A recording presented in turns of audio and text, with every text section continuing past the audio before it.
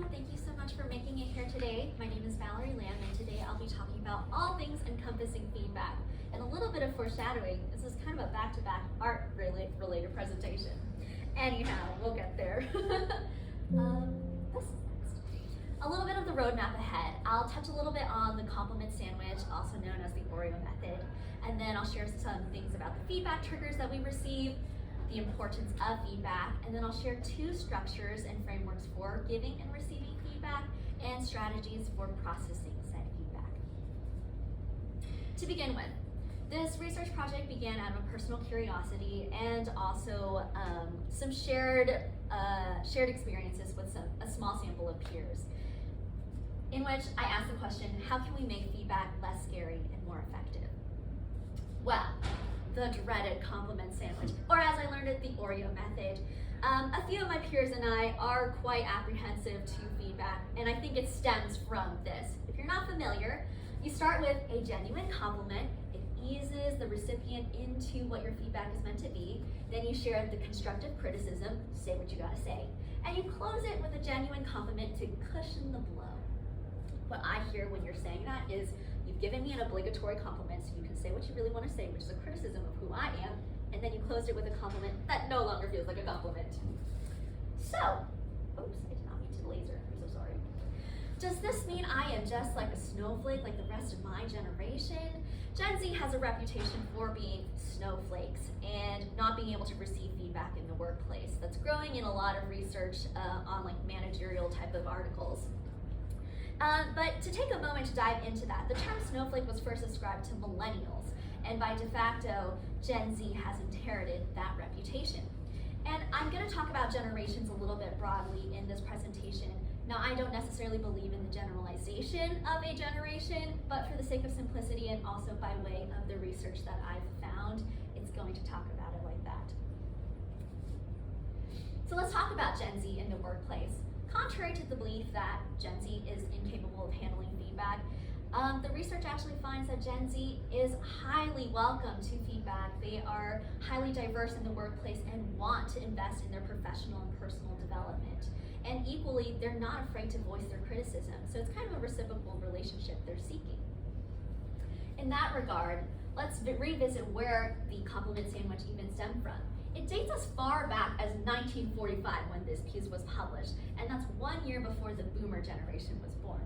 Now let's also acknowledge Gen Z doesn't have necessarily the most positive feelings and bias towards the boomer generation. So it becomes almost a self-fulfilling prophecy when an older, more seasoned veteran professional starts to give you feedback in the manner of a compliment sandwich, at which point you've already kind of discounted their relevance and feedback and validity of that feedback. But we'll talk about that during relationship triggers later. So, in closing of the Oreo method before we move on, instead of this whole spiel, what I'm thinking when I hear you initiate a compliment, I'm hearing, I know what you're doing and I probably stopped listening. With my preliminary research underway, I realized I should amend my original research question because I discovered it's not so much that we're afraid of feedback, it's the manner in which we're receiving feedback. So how can we deliver feedback more effectively? I'm going to offer, before offering the frameworks of providing feedback, I want to ground this conversation a little bit more in some feedback triggers and also why it's important to receive feedback. And that also might seem really intuitive to a lot of us in this room, but I think explicitly naming it helps frame the conversation in a different light. So starting with feedback triggers. When receiving feedback, an affective response may arise by way of 3 different triggers: truth, relationship, and identity. Starting with truth, sometimes the feedback we receive, we just don't believe is true about ourselves. You're wrong, that's not me. The second trigger is relationship. If we already have a negative bias towards this person, we're more likely to discount what they're saying and not even pay any mind to it to begin with. It's also, who are you to say when I feel like I'm more credible than you? The last trigger is identity. This can be triggered when we face or are confronted with a black and white truth about ourselves that we feel so antagonized by, and we can fall into this doom and gloom mentality of I can never do anything right, I'm always wrong. That's what happens with that one. move forward to why do we need feedback, again, might feel a little bit intuitive. I think a lot of us can agree feedback helps us grow, and that's really illustrated by way of Joe Harry's window. What this is saying is by reciprocal information sharing, we all gain more information and awareness about ourselves and each other. And once we are able to accomplish that, we're able to make decisions with what to do with that information. I think it's also important to highlight here that it's awareness, not necessarily tangible change, and not necessarily a positive or negative consequence. The awareness is just information we get to use, and how we grow beyond that is up to us.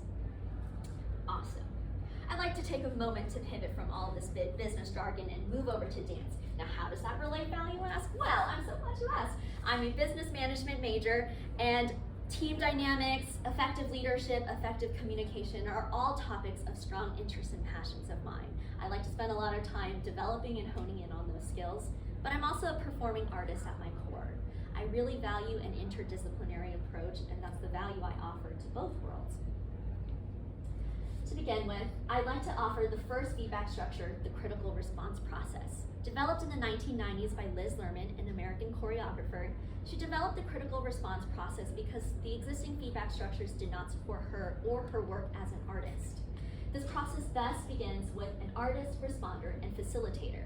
Now hang in there with me, even if you don't identify as an artist, I still think there's a lot of value at the core essence of what the CRP seeks to accomplish. So we first start with statements of meaning. This poster right here on the left was found in USF's dance studio in Correct, and it offers a few guiding words to begin this process. For instance, you might say, it was quite memorable when you put your face on a snowflake. Then we move into the artist as the questioner. The artist begins a line of questioning and not the other way around to instate control, choice, and autonomy. These are conditions we thrive best under as humans. And this also mitigates defensiveness. When you're in control of the narrative, you're more likely to seek the feedback that you want and accept that in response. But, like Joe Harry Window suggests, we also need to know our blind spots. And that's where neutral questioning comes in from the responders. What's a neutral question? Well, a question encoded with opinion might be, why did you use so many animations in your presentation? That might not seem outwardly critical, but so many might imply that you disagree with that choice, and I might feel the need to defend it, and that's no longer a productive conversation. But instead, a neutral reframing of that question might be, how did you decide the amount of animations to include in your presentation? Then we can talk about process, and we can figure out where it went wrong or what was really thriving and succeeding in that. Then we close off with permission of opinion time. I totally get it if some flags are going off in your head of like, this whole neutral questioning thing, this is too much work, what are we to do with this? It's a reasonable question to ask, is CRP language accessible? Vershawn Young makes an argument for how language can be gatekeeping, and if you're not exposed to this vernacular on the day-to-day basis, it may feel really uncomfortable and abnormal to engage in a conversation or even facilitate one in that manner. Well, I have a more simpler alternative framework that is more widely applicable across all situations. Does that negate the value of CRP? Absolutely not. There's a lot of those core nuggets of mindful framing and mindful questions and words, but let's go into something that we can all use on our day-to-day basis. Again, a framework is a suggestion, not a prescribed path to follow in every single case. And I as a side note, as kind of an asterisk on here, the Oreo method, I think one of its greatest pitfalls is the standardization of how to deliver feedback. And that's not applicable to all of our growth as individuals. So again, I think this offers more flexibility, but you have to like pick and choose according to the situation.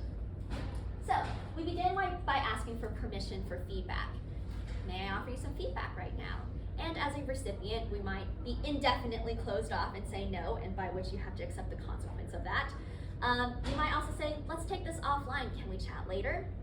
Let's proceed in this scenario as if the recipient has welcomed our feedback.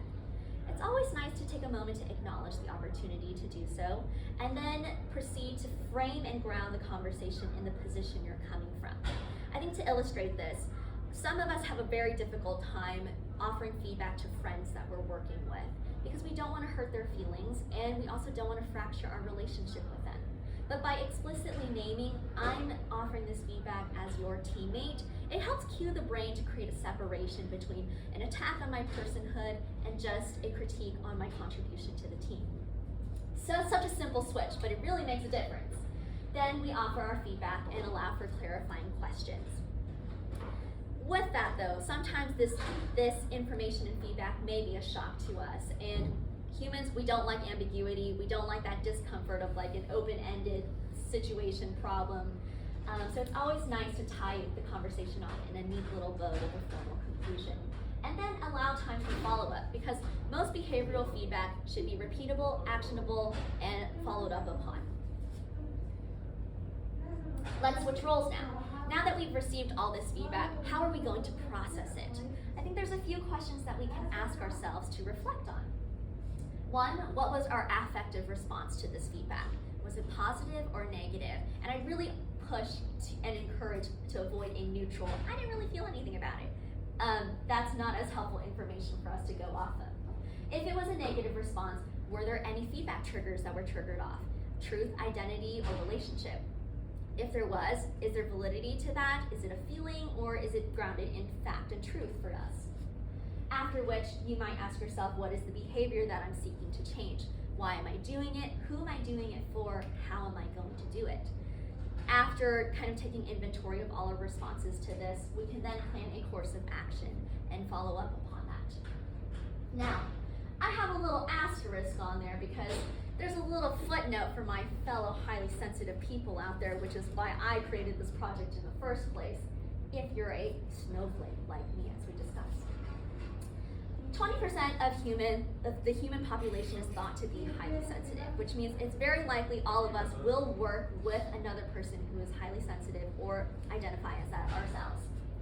Why this is helpful and these tips for processing feedback is you can be mindful to avoid these potential triggers in a highly sensitive person, or help diffuse and de-escalate a situation if you notice the person you've given feedback to is now entering panic mode.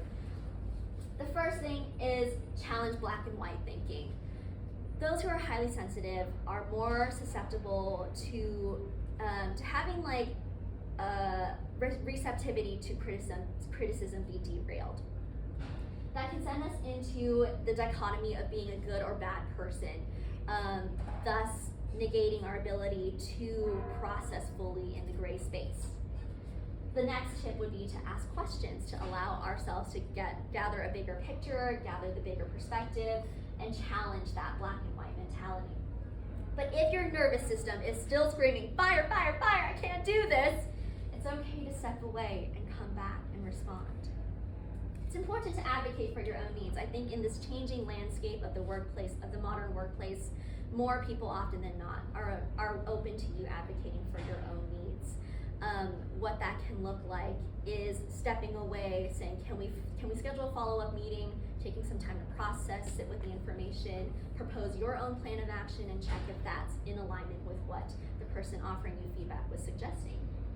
But if you don't mind me offering a personal anecdote here, and I hope that doesn't undermine the rest of my research previously, I started a new job this semester at an after-school program, and I've been under the leadership of many individuals with different communication styles.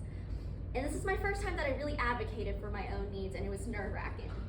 I remember in my interview, my supervisor asked me a question to the effect of, how do you handle or receive feedback?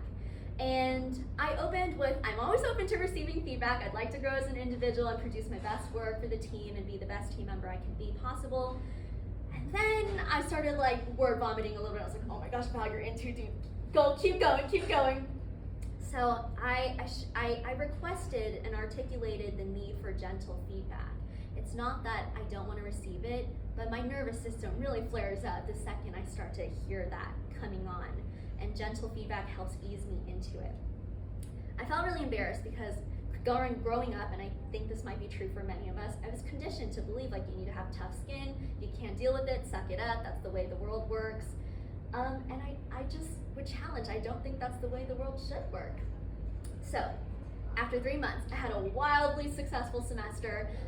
3 months came up, it was time for my performance review, and I was really nervous. Like when I tell you I am really averse to feedback despite wanting the feedback, I was ready to like call in sick. I was like thinking in my head, maybe you just don't wake up today, maybe you just stay, maybe the bus came late, but no, I put my big girl blazer on, I got into the office, I was like, okay Anna, I'm ready. We talked about my glows and my grows, and then I uttered the words I never thought I'd be capable of uttering. I asked, Anna, next semester, can you offer me direct real-time coaching in session? If there's a moment that I miss, an opportunity that I miss, can you point that out to me? Or if I'm just slacking on something, can you let me know? Whoa, what a change. I think the most critical factor to that successful moment for me was the development of trust and relationship in just 3 months. And when we trust somebody, we're more likely to ascribe value to what they're saying and take it into personal account. So as I come to the near end of my presentation, a kind of developing thought here for me is that feedback should not be linear. I think our education system sets us up with a false impression of what feedback should be and looks like. We often get feedback on assignments that we'll never ever do again. And what's the point of that? That's not really how feedback in the real world works in relation to ourselves as humans, individuals, and professionals.